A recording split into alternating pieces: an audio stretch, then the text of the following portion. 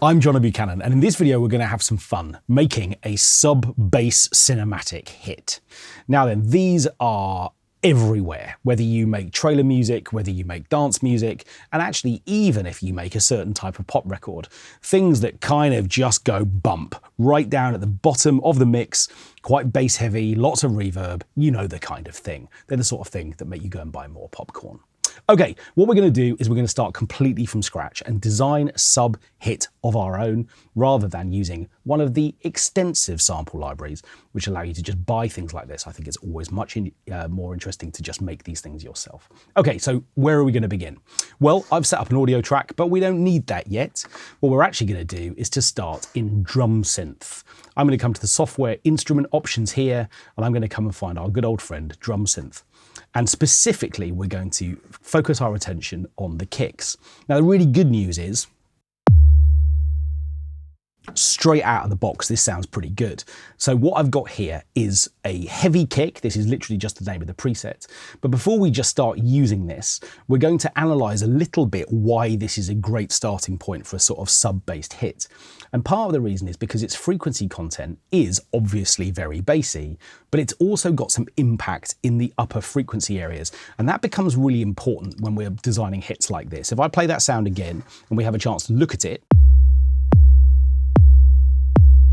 yes, of course, the main focus of this area is down here, but we've definitely got some frequency content up here,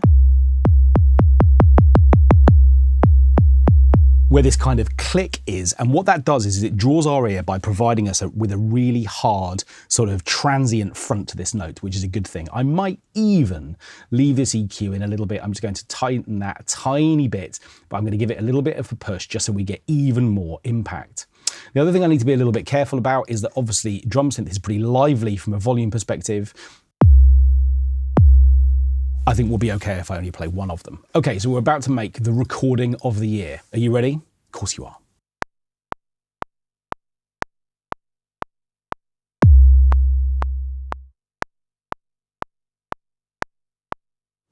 Felt like that went well. Okay, now I really want this note to be bang in time. And in fact, actually, this is one of those classic Logic moments where, because I have played this note a few frames early, it appears not to be in this region at all. And that's because it's effectively just to the left of the region edge. So by quantizing it, the note's going to reappear in that area.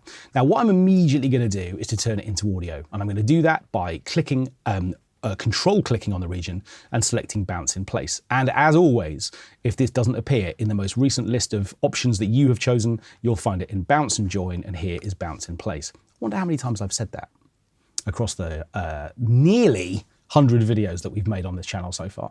I'm suspecting several. Okay, so we're going to just call this heavy kick, bounce in place, that's fine. And what that's going to do is it's going to turn this file into an audio file, and then what I can do is to mute the original MIDI. So we've now got exactly the same sound, but as an audio file. And there it is. Okay, so fine, we've got this nice, big, impactful thing, but it doesn't really sound cinematic yet. I think for that, the first thing we're going to do is to start thinking about reverb. So what I'm going to do to start with is to set this up as an auxiliary bus. Now, it could be that actually a reverb on a sound like this needs to be on the insert channel, that we might benefit from the whole sound being further away from us, rather than the dry sound triggering a wet sound. We'll see, we can experiment with both. But for now, I'm going to set up this reverb as an auxiliary on bus number 1. And here I'm going to come to our reverb options. And of course, I could come and design something in Chromaverb, and I probably will in a little while. But actually for now, what I'm going to do is to come into Space Designer and slightly cheat by coming into, let's say, the large spaces. Let's have a look in here. So we're looking for something in space. Well, space is outdoors, but it sort of feels like it's a bit further away than just outdoors. Let's come into warp spaces for a moment. Black hole, that sounds promising.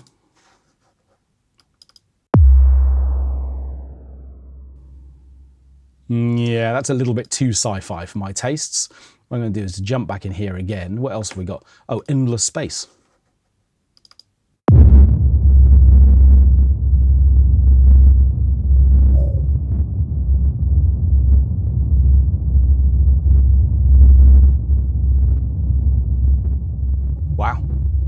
Will, why do you think they call it endless space? Look at that, we've got a 29-second decay time. Okay, I love this sound. This is bold and exciting. However, it's massively overloaded, which you've no doubt just heard. Now, why would that be? Okay, well, it's clearly quite twitchy, so the way to manage that will be to turn down the send level to this particular reverb, and whilst 29 seconds is glorious and exciting, it's probably way more than we need. So what I'm going to do is to turn the decay down to slightly more boring, let's say 5 seconds, and let's see what that does. Now remember, because this is convolution reverb, what that should do is to effectively resample this reverb within the host, so that what we get now is not just the first 5 seconds of that, but a kind of slightly different version of the impulse response at the heart of this file. Let's have a listen to that. Still a little bit fruity, although I do quite like, is it going to stop? Yeah, it's going to stop now. I do quite like the fact that we get a little bit of distortion. I think that's coming from the kind of send level. Again, it's just trial and error this. Yeah, actually that is less good than a tiny bit more level. So I'm just going to feed that in because I like this little bit of growliness.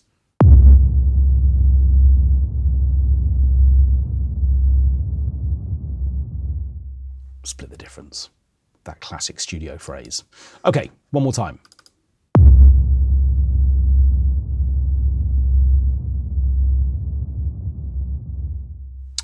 Okay, so the next thing I want to do is to turn my endless space reverb treatment into an audio file in its own right as well. In other words, I want to have just the reverb available as an audio file, not the dry sound mixed with the reverb, just the reverb. So to do that, firstly, what I'm going to do is to actually label this. This is called endless space. It's a bit endless or less endless than it was, but that's okay. The next thing I'm going to do is I'm going to increase the area, the cycle range over which I want to bounce this file down. So by increasing that range, I'm telling Logic the sort of number of bars that I want to turn into capturing this file. And then what I'm going to do is to open up the mixer. And here, what I'm going to do is to solo the reverb channel by itself, which means that we won't hear the dry sound, we'll just hear the reverb. And then what I can do is to bounce it. So in the bounce window, what I want to do firstly is to make sure that I'm going to add it to my project. That means that this file is going to be available to me to bring into my project, which is important. And then what I'm going to do is to make sure that normalization is off. I want to be responsible for how loud this file is going to be. I'm confident that it's not going to peak, so we're all good. I'm going to hit OK, and I'm going to call this endless reverb.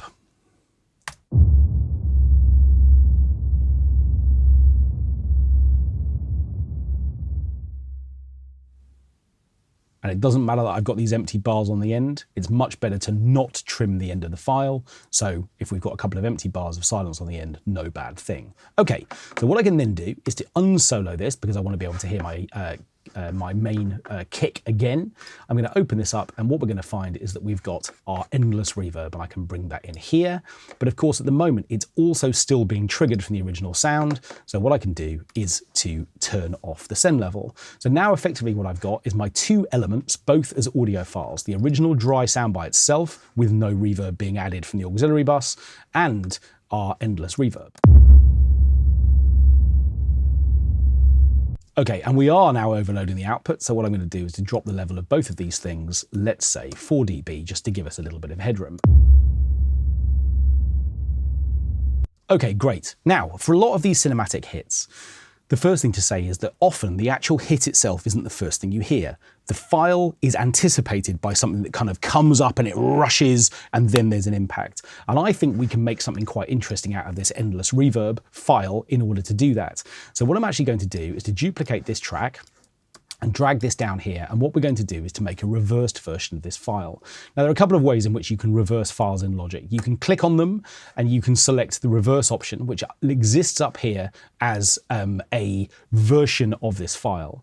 But the only problem with this, and I find this happens a couple of times, or at least I've certainly experienced this, is that I've come back to projects in the past where I have reversed files, and yes, they play backwards, but their audio appearance appears forwards again. In other words, they look like this file, even though they sound like that one. I don't really like that, and I don't know if that's a bug. I don't know if any of you have experienced that. It doesn't happen all the time. It seems to be a little bit inconsistent, but I would rather make a new file with a permanently reversed quality to it to make that part of the thing. So I'm going to turn this back around, and what I'm going to do is to click on this file, open up the file menu, which is here, and then what I'm going to do is to come to functions and reverse. Now, it's really important to say that you will only see this option if you have enabled advanced tools. Is that what it's called? I think it's called Advanced Tools, which is up here in the Logic Pro menu. So you have an opportunity to come into here and into Settings.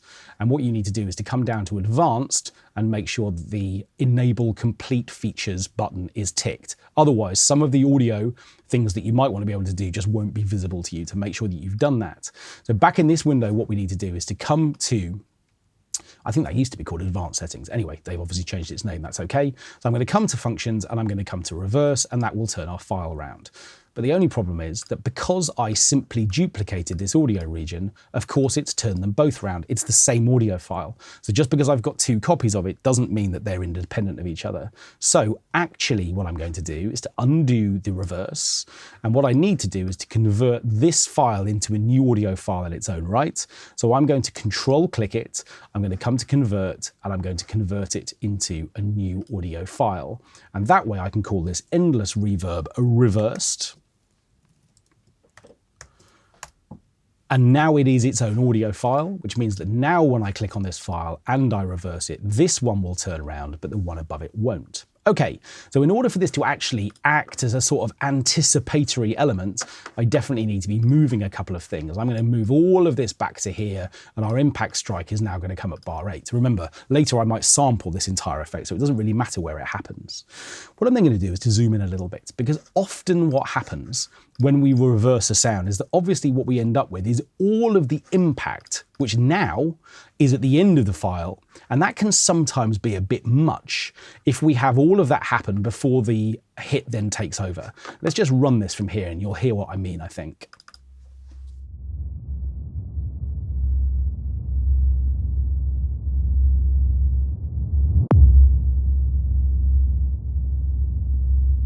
Yeah, there's this slight kind of, oh, it's happened, and then the hit happens. We don't really want that. I want to make sure that there's a much more seamless sort of anticipation from this sort of reverb sound into the main hit. So to do that, what I'm going to do is to simply move this along a little bit. I'm holding down Control at the same time as moving this, which gives me a really fine control over exactly where this happens. And what I'm going to do is just sort of effectively move this along here so that the impact is now happening after the beginning of the hit. What I'm then going to do is to move the playhead to bar 8, click on this file and hit Command and T. And what that's going to do is to split the file at the playhead, okay? So now I've got a little section that I can simply just throw away. And then what I can do is to click on this file and put a tiny, really short little 2 millisecond fade out on the end. That's going to stop there being a click at that point, but it should mean that we don't get that kind of nasty little moment of it all feeling like it sort of stops. So that's the first thing. The next thing is that this is all way too long. I don't need any of nearly as much as I've got at the moment. I'm going to just make this, I don't know, even just a bar maybe, and I'm going to put a fade in on it as well, so that what I have a chance to do is just to have that file fade in. So I've simply moved the left-hand edge to make it a bar long, then I've pressed T for the toolbar, selected the fade tool, and I've dragged from where I want the fades to peak back to the beginning so I get a fade in.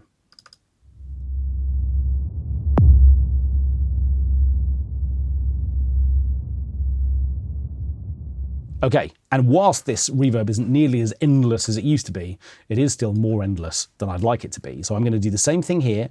I've just chopped the end off, and now what I'm going to do is use the fade tool to just manage the way that that is going to fade out. I need to drag off the end of the file for the reverb, for the file to know that I want it to fade all the way to the end.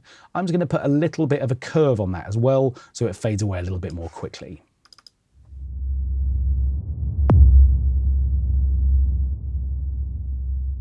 Okay, good. Now, I want more impact in this initial kick. Remember, this now is as dry as a bone. I've turned off this first reverb.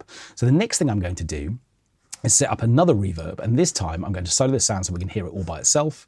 I'm going to turn up the reverb send level, and this time I am going to come and find Chromaverb. And I'm going to see if I can find something which maybe has the potential just to give this a little bit of a space in its own right. Again, I don't want anything too novelty. Let's just try a dark room. So let's see what happens in the dark room. Let's turn up the decay time.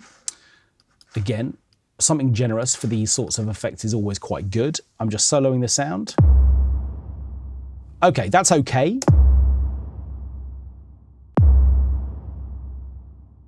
But I think what I'm interested in doing is making this a whole lot darker by really only focusing on the low end. Okay, I like that more, but it's still a bit roomy, which is not a surprise because it's a room reverb. So what I'm going to do after the reverb is I'm going to put a little bit of filtering on this. I'm going to use the auto filter. And what we might do is to see whether or not we can create a downward shape in the LFO, which we're then going to apply to this sound over, let's say, 4 bars. Or 2 bars. Let's try that. Let's just see what happens with a 2-bar decay. So effectively what I want to do is to have a ramp in the frequency content so that the sound goes from being bright to dull over 2 bars. And remember that effectively this is after the reverb, so it's the reverb that we're affecting the tone of. Let's just try that.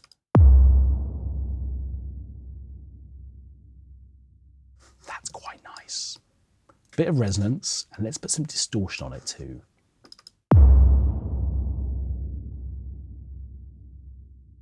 Let's try it with 4 bars.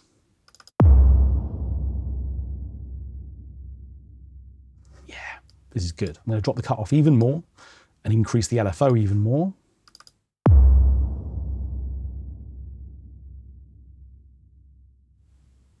Okay, I like that. So what we've now got is an extra bit of reverb on that initial hit. Good.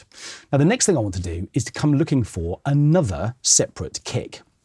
Now, I could use anything. I'm actually going to see whether or not I can find something in Ultrabeat. I'm going to layer up a few quite deep sounding hits in the low end. And what we could then do would be to see what happens when we start adding bass to bass, if you like. So I'm going to come into the drum kits. In fact, we come into the drum banks, and let's come and have a look and see if we can find some analog kicks. Sure enough, here is a bank of those. Don't love that. That's a bit like our current one. Ooh.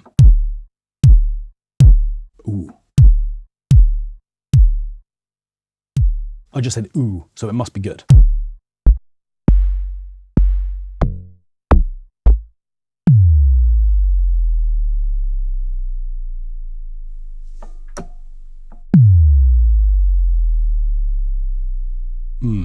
It's kind of irresistible, but I'm going to resist. Okay, so this is more of a kind of a slightly acoustic sounding thing with a lot of top end. And this is the other one that made me say, ooh.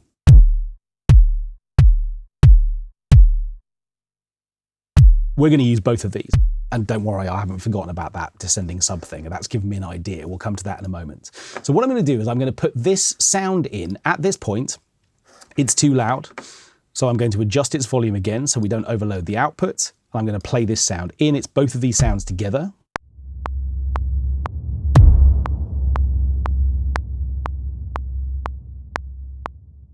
Okay, and then again, I'm going to quantize that. I always play a few frames early. It's exciting.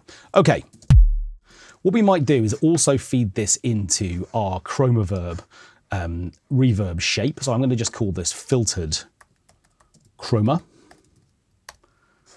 That's going into the same auxiliary now. And that top end from that more acoustic sounding sound is really good. It's giving us that extra little bit of fizz, which of course is now feeding our auto filter.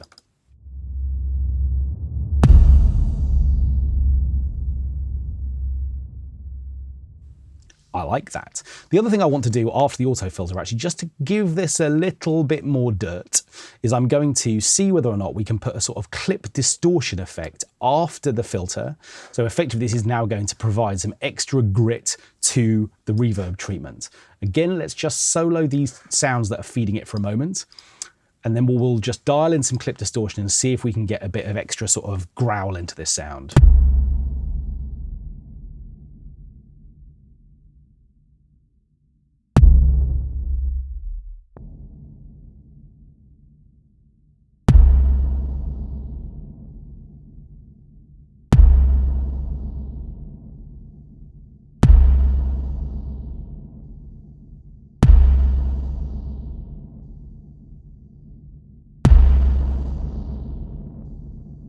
Yeah, I like that more. Let's try that.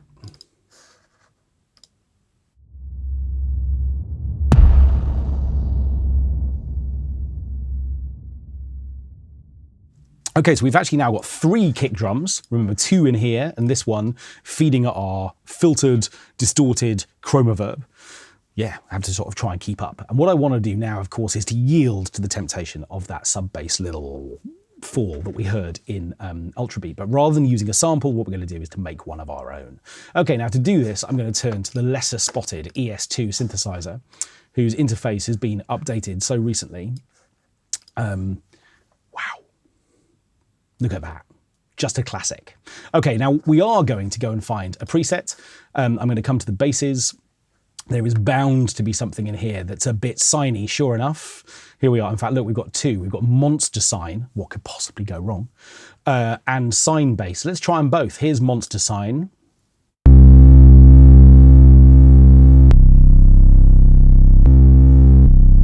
Which is monstrous and signy. And then what we're going to do is also try sign bass. Well, this is really subby as well, and it feels to me a little bit more in the spirit of our sort of cinematic bass area. So what I'm going to do is to use this sound. Now, what I want to do, as that sample did, is to basically produce a pitch bend shape to this sound. And the way that I'm going to do that is to increase the bend range, which is here. So what I can do is to simply click on this and drag this up to an octave. And by using the link button, obviously that means that the same amount of movement is going to apply to downward pitch bend as it would be to upward. In the ES2, you can decouple those and have different bend ranges if you want. And the only other thing I'm going to do is to just experiment with an amplifier envelope with a slightly longer attack time so we don't get that initial impact. Okay, that might be something we need to experiment with as we play through. We'll see. Okay, what I'm going to do is just simply add this note and then we'll think about pitch bending it.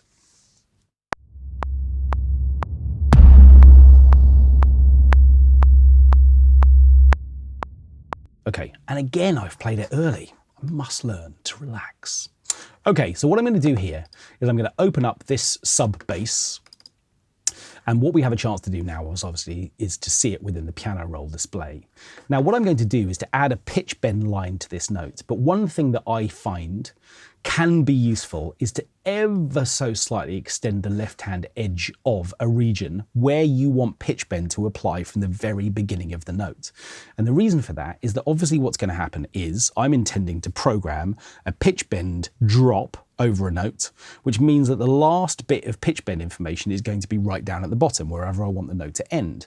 Fine. But when I cycle back around to play the sound again, I think there is a benefit to having Logic have an opportunity to reset that pitch bend by ever so slightly putting in some data before the note happens so that it doesn't recover to the beginning point at the point that the note starts. In other words, you won't get an unexpected little pitch bend jump back up to the level that you want it to be at the very beginning of the note. So slightly going backwards so that you can anticipate that data is often a good idea. Right, let's close this down so we can see a bit more of this, and let's make sure that we can see the whole note within our window. Just make that exactly 2 bars long. Okay, so in order to draw a pitch bend curve, what I'm going to do is to open up the show hide automation line here within the piano roll display. And then what I'm going to do is to go and find pitch bend, which is one of the parameters that's available to me here so that I can actually draw this shape. Now, obviously, if you have a controller keyboard with a pitch bend wheel, you can just literally play this in as you play the note, but we're going to do it in post-production. So here is our pitch bend line. Now, remember, most data goes from 0 to 127, but pitch-based pitch bend data obviously goes up and down, which means that the middle, i.e. 0, is no pitch bend. So what I'm then going to do is to let that note just ever so slightly establish itself, let's say for a 16th note. And what I'm also going to do is to make sure that it drops all the way down to the lowest possible level slightly before the end of the note. I want it to arrive so we have a chance to really hear the bottom. In fact, I'm actually going to bring that back a little bit as well. Now, if you're struggling to fit all this in, remember what you can do at any stage is to adjust all of these windows so you can see this a little bit more clearly. And certainly in order to really get down to the lowest possible -64, I'm going to just ever so slightly increase that range so that I can see that a bit more clearly. Let's solo it so we can hear this sound by itself.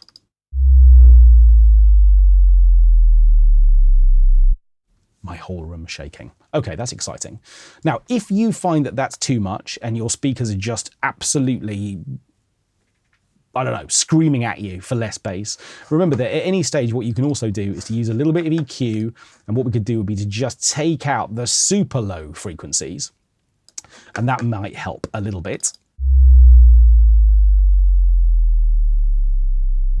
Okay, that's a little bit less extreme. Remember, we can apply more extreme filtering, and what we can also do is to bring up the frequency where we're applying this roll-off.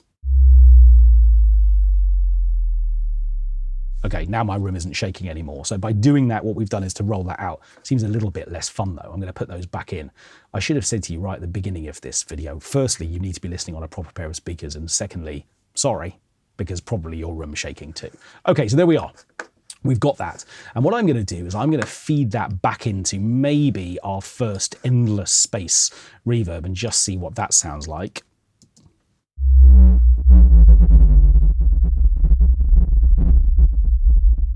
Oh my God, that's exciting. One more time.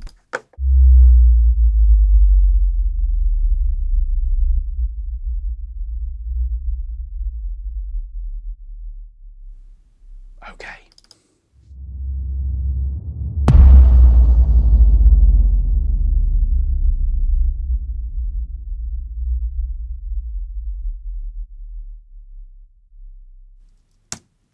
Right, so what we've done now is we've layered a few different elements to create a kind of cinematic sub-hit. And of course, the world is our oyster. We could just keep going with all kinds of things. What's interesting about some of the plugins that have been designed in the last few years to help you design kick drums, I suppose I'm particularly thinking about literally the kick plugins, is that what they allow you to do is to configure not just the kind of sub portion of what you'd expect a kick drum to be, but also the kind of impactful, more transient, trebly kind of qualities that those sounds provide. And sounds like this, these kind of cinematic sub effects, really benefit from, again, that kind of transient. The interesting thing is that whilst we associate these with being big, sort of chesty, subby hits, they've always got something quite impactful at the top end just to really mark that downbeat. And of course, we could go further with that. We could literally feed, I don't know, literally a quiet little hi-hat into an amazingly kind of tizzy reverb at the top of this, which would open up the top end of it. We could add more synth layers. We could have anything else that just basically glues that really super pitch bendy sub bass into the other sounds as well. And we've only just got started with this reverse sound that's coming in. It would be really easy to layer up different reverbs, bounce them all down as separate audio files, layer them all up, put in something pitched that's maybe rising into these hits. There are all kinds of things you can do. And we've also made a video all about using white noise as a riser as well. So go and watch that, because maybe you could also apply some of that logic into this track too. Irresistible, to use the word logic. Okay, anyway, we've now made our cinematic sub-hit. Go and have some fun with some similar ideas.